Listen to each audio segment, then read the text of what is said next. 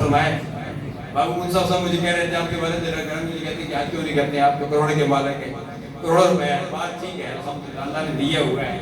تو پیسہ نہیں ہے تو زمینیں تو ہیں نا، جائیداد ہیں، تو الحمدللہ حج کرنا چاہیے،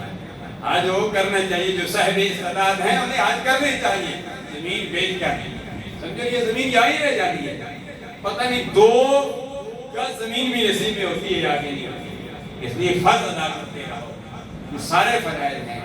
بچوں کی شادیاں کرنے بھی فرائض میں سے ہیں اور حج کرنا بھی فرائض میں سے۔ اور ایک اور بڑا مشہور ہمارے یہاں واقعہ ہے، لوگ کہتے ہیں جس نے عمرہ کر دیا اس پر حج فرض ہو گیا، یہ ضروری نہیں ہے، عمرہ کر دیا تو حج فرض نہیں ہوتا، حج تب بھی فرض ہوتا ہے جب طاقت ہوتی ہے، اِلَّا مَنِ اسْتَطَاعَ إِلَيْهِ سَبِيلًا۔